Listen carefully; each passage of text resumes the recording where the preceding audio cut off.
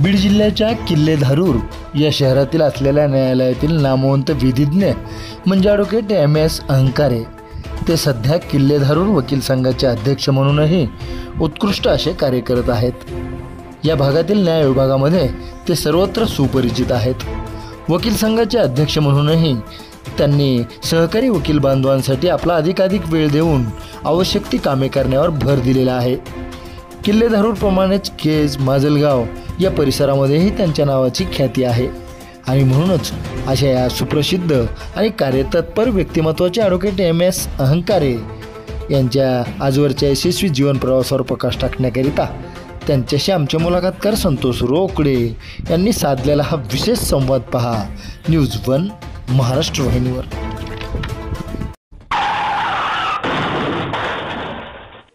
मी advocate MS अहंकारे वकील संघ अध्यक्ष किल्ले धारूर जिल्हा बीड येथील आहे।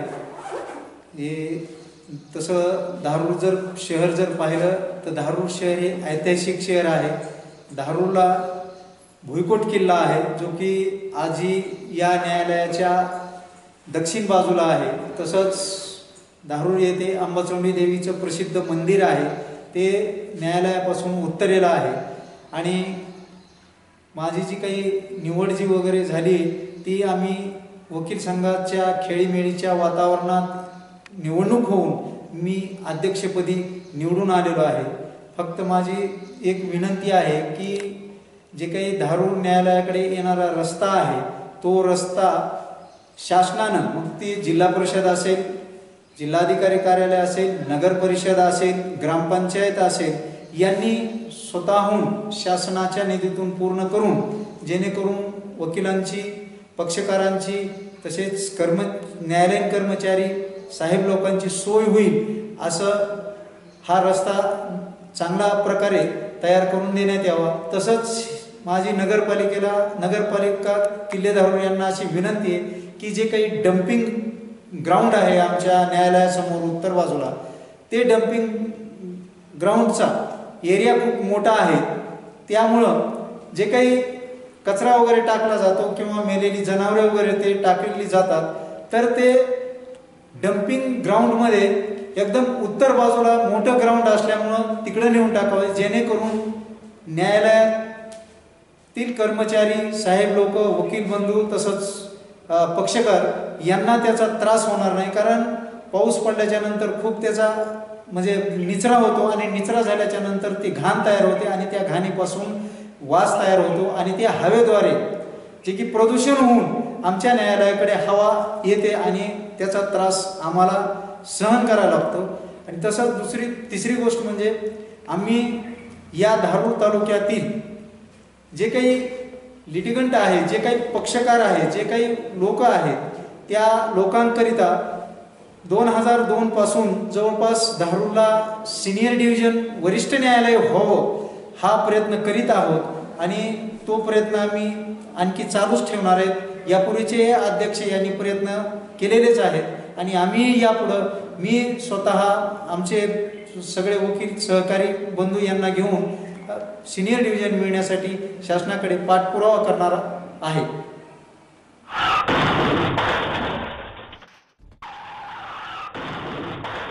वकील संघ किल्ले धारूर ची 2024-25 ची कार्यकारिणी मागच्या जुलै महिन्यामध्ये घोषित झाली आहे आणि या नवीन कार्यकारिणीचे सन्माननीय अध्यक्ष ॲडव्होकेट MS अहंकारे साहेब आपल्यासमोर आहेत। साहेब, सर्वप्रथम न्यूज 1 महाराष्ट्र चॅनलच्या सर्व टीमच्या वतीने तुमचं अभिनंदन आणि कौतुक सुद्धा। मुळामध्ये जेव्हा आपण अध्यक्ष होतो तेव्हा जबाबदारी असते, कारण लीडरचा अर्थच आहे की जो लीड करतो, नाही का?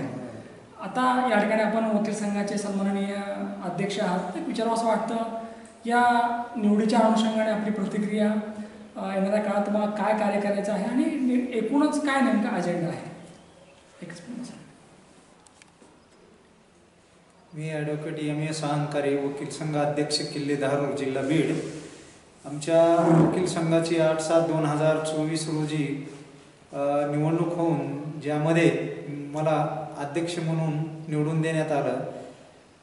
तर जी काही वकील संघ धारूर आहे तो एक खेळीमेळीच्या वातावरणात आमची निवडणूक पार पडली। हे जी काही धारूर वकील संघाची स्थापना झालेली आहे किंवा धारूर न्यायालयाची स्थापना झालेली आहे 7/2/2002 रोजी 7/12/2002 रोजी या न्यायालयाची स्थापना झाली आहे।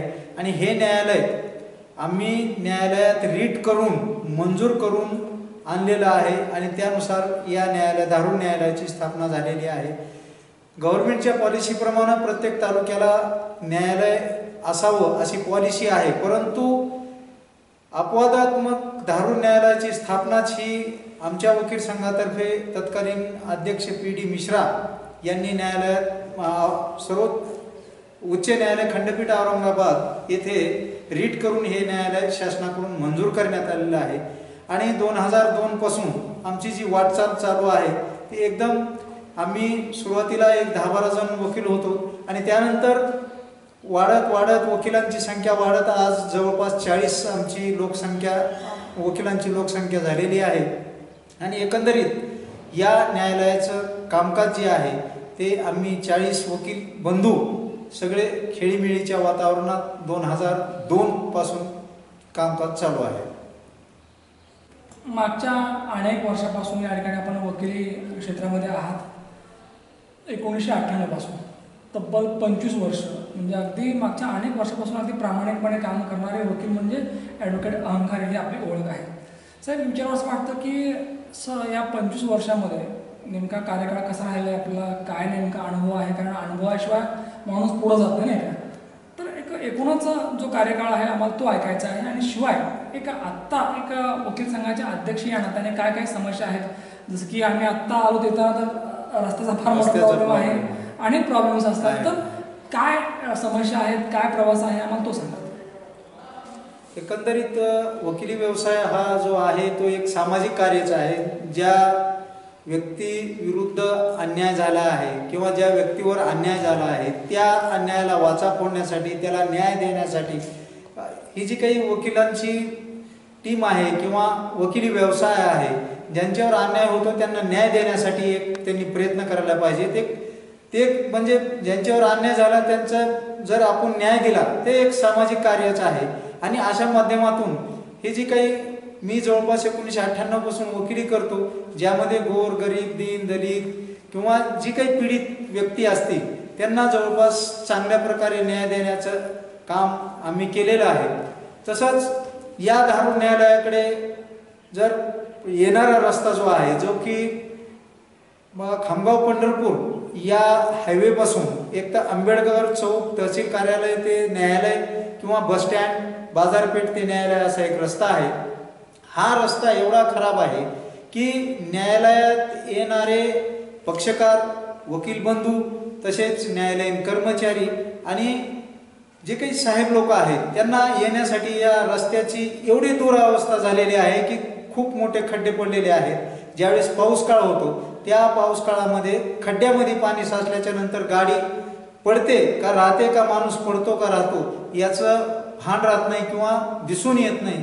तसंच न्यायालयासमोर एक डम्पिंग, नगरपालिकेचं एक डम्पिंग आहे, त्यामध्ये धारूर शहरामधील जे काही कचरा किंवा मेलेले जनावरे वगैरे आणून टाकतात त्याचा वास आमच्या न्यायालयामध्ये पाऊस पडल्याच्या नंतर तर जास्तच होतो। त्याचा त्रास हा न्यायालयीन कर्मचारी, वकील बंधू तसेच पक्षकार बंधू साहेब लोकांना त्या डम्पिंगचा वास, जो कचऱ्याचा साचलेला आहे त्याचा वास येतो आणि त्यामुळं नाहक आम्हाला खूप त्रास सहन करावा लागतो। तसंच आमची शासनाकडे एक दुसरी मागणी अशी आहे की धारूर तालुक्याकरिता माजलगाव न्यायालयामध्ये सिनियर डिव्हिजन आहे। धारूर तालुक्यासाठी माजलगावला सिनियर डिव्हिजनसाठी जावं लागतं आणि सेशन कोर्ट जे आहे ते केजला झालेलं आहे, आता नवीन स्थापना झालेली आहे। जेणेकरून आमची जी मागणी आहे की जे काही केज आहे ते केज आम्हाला जवळ आहे, एक 15 किलोमीटरचं अंतर आहे, जेणेकरून आम्हाला आमच्या इथं जर आमची जुनी मागणी असल्यामुळं सिनियर डिव्हिजन ते जर आम्हाला धारूर तालुक्यात धारूरसाठी दिलं तर एक तर पक्षकाराची गैरसोय होणार नाही, कारण न्याय हा किंवा न्यायालय हे पक्षकारासाठी असतं आणि त्यांची गैरसोय होऊ नये म्हणून आमची जवळपास 20 वर्षापासून आम्ही सिनियर डिव्हिजनसाठी लढा देत आहोत आणि आणखीही पुढं हा लढा चालूच राहणार आहे। त्याच्यामुळं आमची सिनियर डिव्हिजनची एक मागणी आहे ती पूर्ण होईल अशी अपेक्षा व्यक्त करतो आणि त्या सिनियर डिव्हिजनच्या मागणीसाठी आम्ही प्रयत्न करीत आहोत एवढंच मला सांगायचं आहे. वकील संघ किल्ले धारूर या वकील संघाचे विद्यमान अध्यक्ष सन्माननीय ॲडव्होकेट अहंकारे साहेब, मला असं वाटतं की अहंकारे हे आडनाव फार वेगळं आहे. अहंकार म्हणजे याचा अर्थ वेगळा आहे, परंतु इथं अहंकार नाही, इथं अहंकार नाही. कारण अहंकार असता तर अध्यक्ष केलं नसतं नाही का. कारण जी व्यक्ती सर्वसामान्यांना भावते, जी सगळ्यामध्ये मिसळून राहते, ज्या व्यक्तीमध्ये लिडरशिपचे गट्स असतात ती व्यक्ती अहंकारी नसते. सरांचं फक्त आडनाव अहंकार आहे. फक्त अगदी अहंकार विरहित सर्वसामान्यांच्या समस्या सुटल्या पाहिजेत, सर्वसामान्यांना न्याय भेटला पाहिजे, ही साहेबांची पहिल्यापासून भूमिका आहे. आणि मागच्या 25-26 वर्षामध्ये जर अहंकारी साहेबांनी काय कमावलं असेल तर ही माणसं कमावली आहेत जीवाभावाची. आणि म्हणूनच अगदी सर्वानुमते त्यांची अध्यक्ष म्हणून निवड केली आहे. साहेब, तुमच्या आणि तुमच्या वकील बांधवांच्या ज्या काही मागण्या आहेत त्या मागण्या लवकरच पूर्ण व्हाव्यात यासाठी तुम्हाला शुभेच्छा. आणि तुमचा जो कार्यकाळ आहे हा 2024-25 हा अगदी चांगला जावा. अनेक आपण उपक्रम घ्यावेत, अनेक सामाजिक उपक्रमात आपण सहभाग घ्यावा आणि निश्चितपणे या ठिकाणी परत तुम्हाला वारंवार या ठिकाणी संधी मिळेल अशी अपेक्षा करूया. निश्चितपणे या ठिकाणी नवनिर्वाचित वकील संघाचे सन्माननीय अध्यक्ष अहंकारे साहेब यांच्या साधला संवाद प्रेक्षकांना आवडला असेल. परत भेटू या पुढच्या मुलाखतीमध्ये. तोपर्यंत पाहत राहा न्यूज 1 महाराष्ट्र. धन्यवाद.